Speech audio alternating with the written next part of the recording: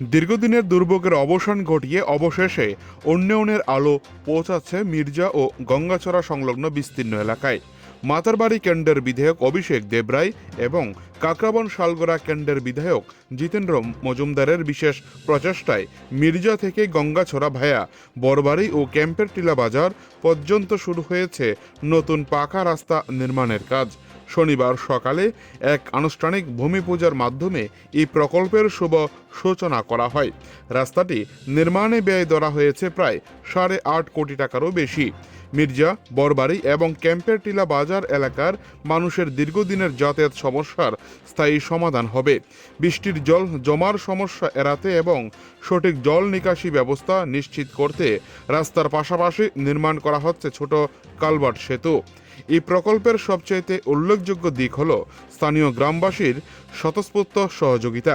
এলাকার উন্নয়নের স্বার্থে গ্রামের মানুষ কোনো প্রকার আর্থিক ক্ষতিপূরণ ছাড়াই স্বেচ্ছায় নিজেদের জমির অংশ ছেড়ে দিয়েছেন।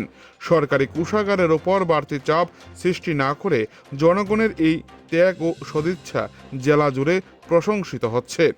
পূজা অনুষ্ঠানে উপস্থিত থেকে বিধায়কদ্বয় ও বাস্তুকার জানান, গ্রামীণ অর্থনীতির চাকা সচল করতে উন্নত যোগাযোগ ব্যবস্থার কোনো বিকল্প নেই। এলাকাবাসীর দীর্ঘদিনের দাবিকে সম্মান জানিয়ে এই নতুন সড়কটি তৈরি করা হচ্ছে।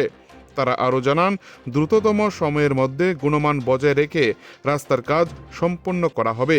জনপ্রতিনিধিদের কর্মতৎপরতা এবং সাধারণ মানুষের একাত্মতা এই দুইয়ের মেলবন্ধনে তৈরি হওয়া নতুন রাস্তাটি ওই অঞ্চলের আর্থ সামাজিক চিত্র বদলে দেবে বলে আশা করা হচ্ছে। কাকরাবন থেকে নিজস্ব প্রতিনিধির রিপোর্ট, টিভি 100 বাংলা।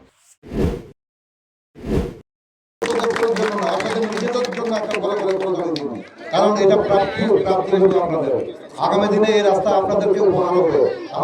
আমাদের কিছু আমাদের একটা অফিসিয়াল কাজ হবে, কিন্তু রাস্তাটা হলে আপনাদের সবচেয়ে ভালো হবে। কারণ কি, এই রাস্তার জন্য এই জায়গার স্ট্যান্ডার্ড যা বাড়বে, একটা রাস্তা একটা এলাকার জন্য বিশাল একটা আশীর্বাদ। আপনারা জানতেন না এই জায়গার মধ্যে জায়গার দাম কি ছিল আর আগামী দিনে কি হতে যাচ্ছে। আজকে থেকে 5 বছর পরে মিলিয়ে দেবেন, আমার কথাটা লিখে রাখতে পারেন। আজকে থেকে 5 বছর পরে এই জায়গাটার কি পরিমাণ দাম হবে। আস্তে আস্তে এখানে স্কুল হবে, স্কুল তো অলরেডি আছে, কাছাকাছি আছে, কিন্তু এখানেও কিছু হবে। তো সেজন্য আপনাদের এই অবদান বৃথা যাবে না। আপনাদের এই সুন্দর অবদান মানুষ মনে রাখবে দীর্ঘদিন। এখানে জায়গার মালিক আমার পেছনে একজন আছেন, তিনি বলেছেন, স্যার আপনি নিয়ে নিন, এখানে জায়গা আমার আছে প্রচুর পরিমাণে, আপনি যতটা লাগে নিয়ে নিন, আমার কোনো আপত্তি নেই। এই যে আমরা একটা ব্রিজ বানাচ্ছি পেছনে, প্রায় হয়ে গেছে কনস্ট্রাকশন, সেখানে কি ছিল? সেখানে একটা দুপায়ের একটা বাঁশের একটা সাঁকো ছিল।